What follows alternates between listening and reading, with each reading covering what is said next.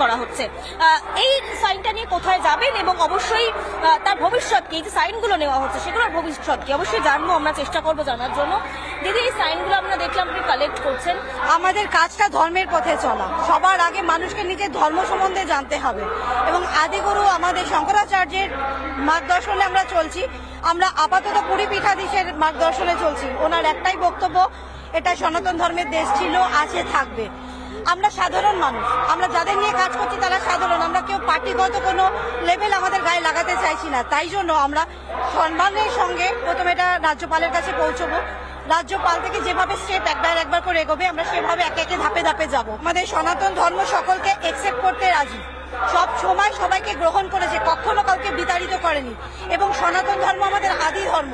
তাই জন্য আমরা সকলকে নিয়ে থাকতে চাই। আমরা হিন্দু রাষ্ট্র মানে আমাদের এখানে সংখ্যালঘুরা বেরিয়ে যাবে আমরা কোনোদিন করবো না, বরং তাদের উপর আমাদের দায়িত্ব আরো বেড়ে যাবে, তাদেরকে প্রোটেক্ট করার, তাদেরকে ভালোবাসা, তাদেরকে এটা বোঝাতে হবে এটা তাদেরও দেশ। আমাদের প্রায় 50,000-এর উপর আজকের দিনে অন্তত এখনো হয়ে গেছে, আজকের জন্য 50,000 ওভার হয়ে গেছে। একদম আজকে শুধুমাত্র আজকের দিনে 50,000 সই সংগ্রহ করা হয়েছে এবং সেই সংখ্যাটা বাড়বে এবং ভারতব্যাপী এই যে প্রোগ্রাম বা কর্মসূচি সেটা চালাবেন তাও জানাচ্ছেন তারা। ক্যামেরায় পার্থর সঙ্গে পিঙ্কি, রিপাবলিক বাংলা। 5 লক্ষ কণ্ঠে এই গীতা পাঠের মধ্য দিয়েই আত্মিক জাগরণের দিকে আরও এক ধাপ এগিয়ে গেল মানব সমাজ। আনন্দময় সেই মুহূর্ত এবং সেই মুহূর্তের সাক্ষী থাকলো আজ গোটা দেশ।